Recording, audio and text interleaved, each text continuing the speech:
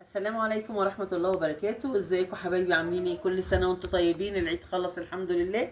النهاردة بقى حابين نعمله أكلة بامية باللحمة الضاني. جبت البامية وغسلتها، طبعا مش كل الكمية دي هعملها، انا هعمل نصها يعني حبة منها يعني، والباقي هفرزه. اتفضلوا معانا، لسه مكملة معاكم الفيديو. حبيت اوريكم البامية وانا غسلاها وبنشفها حبايبي.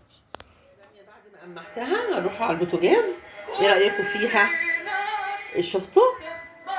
هنروح على البوتاجاز. طبعا تغيير كل يوم، لحمه لحمه لحمه. فالنهارده هنعمل ايه؟ طاجن لحمه طاجن باميه باللحمه الضاني حبايبي.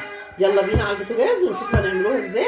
يلا بس يا حبايبي كده اللحمه اهي. هعمل الاول في كام حته دهنه ليا، انا هسيحهم بس في الحله. ماشي، هحمر بيهم البصله. تسيح مع اللية شويه، وهحط البصله ده يسلي مع ده. مش مكتره السمنه عشان في ليا ياما، كل دي اتقت ليا. فهحط البصله تتشوح. ماشي يا حبايبي، قبل ما احط اللحمه كده البصله الشواحي ده يا حبايبي. هبدا احط اللحمه. ماشي، يلا.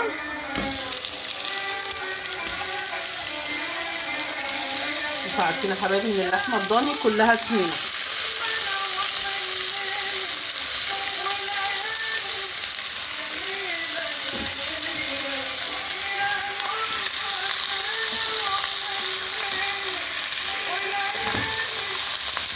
اديها تشويحه واسيبها بقى. اللحمه اتشوحت، احط شويه فلفل اسود حبايبي، مش هحط ملح دلوقتي. تشويحه بقى، وهحط الصلصه اللي انا مصلصاها معاكم. كده اتشوحت، الميه نزلت ميتها وشربتها خلاص كده حبايبي. هحط الصلصه، سيبها تتسبك شويه. الصلصه دي انا مسبكاها يعني، عصراها وضربها في الخلاط ومصلصاها. تاخد غلوه كده بس على النار، واحط الباميه بتاعتي. وبعد كده هبقى اسقطها في الجرام وماشيه معاكم خطوه بخطوه. كل سنه وانتم طيبين. اول اكله بعد العيد بقى حبايبي. حبايبي ما تنسونيش بكومنت حلو، انا متشكره منكم قوي، متفاعلين مع الفيديوهات اللي نازله مؤخرا يعني. اتمنى منكم اللايكات والتعليقات، بتهمني تعليقاتكم حبايبي. اللي ما اشتركش في القناه يطلع بسرعه يشترك في القناه عشان يوصل لكم مننا كل ما هو جديد. كده خلاص. بصوا يا حبايبي، انا ابدا بقى اسقط الباميه بتاعتي.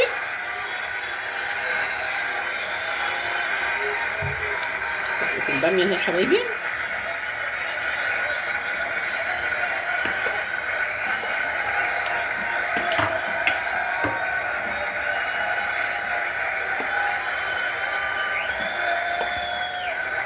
ثواني هرجع لكم تاني. تغلي مع نفسها. احط بقى قرن الفلفل بتاعي اللي انا بحطه، والتخديعة الثوم. انا هعمل تقليه واحطها قبل ما احطها في البرامه حبايبي. قرن الفلفل اهو. ماشي يا حبايبي، واسيبها بقى تغلي مع نفسها التقليه. وخليكم معايا خطوه بخطوه. ماشي يا حبايبي.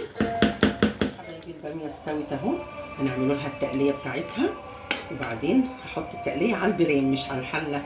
دلوقتي هفرجيها في الحله في البرام، والعين التانيه بعمل ايه؟ التقليه. ماشي يا حبايبي، ولع التقليه.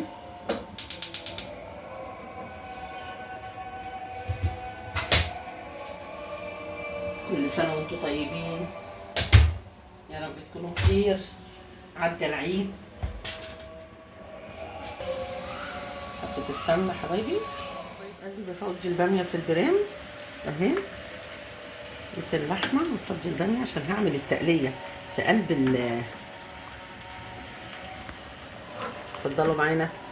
باميه بباميتها اهي، مفيش باميه مكسوره ولا حاجه. هعمل التقليه يا حبايبي وهحطها على البرام وهدخلها الفرن يا حبايب قلبي. كل سنه وانتم طيبين. شايفين التقليه اتعملت، هحطها على وش البرام وهدخلها الفرن. اتفضلوا معايا حبايبي، ما تنسونيش بكومنت حلو منكم. واللي ما اشتركش في القناه يطلع بسرعه يشترك في القناه عشان يوصل لكم مننا كل ما هو جديد. وانتظروا مننا في فيديوهات جميله وحاجات لذيذه وحاجات خفيفه. يلا بينا. سامعين؟ سامعين؟ شايفين؟ ايه رأيكم؟ طبعا هدخلها بقى ايه؟ هدخلها فرن البوتاجاز دلوقتي يا حبايبي. يلا حبايبي معايا ياخد وش بس. ايه رايكم حبايبي؟ اتفضلوا معانا برام باميه باللحمه الضاني بالتقليه يا حبايبي. اتفضلوا معانا، وبتنجان مملح وفلفل مقلي ومحشي وبالليمونه. اتفضلوا معانا. طبعا الاكله دي في رز وفي تاكلوها بالعيش، هي عايزه تاكل بالعيش. اتفضلوا معانا يا حبايبي، كل سنه وانتم طيبين. في العيد متجمعين، خلاص العيد. ربنا يبارك فيكم يا رب ويجعلها سنه مبروكه عليكم يا رب. ما تنسونيش حبايبي بكومنت حلو منكم. اللي ما اشتركش في القناه يطلع بسرعه يشترك في القناه عشان يوصل لكم مننا كل جديد، وانتظروا مننا في فيديوهات جميله جايه نازله ان شاء الله. السلام عليكم ورحمه الله وبركاته.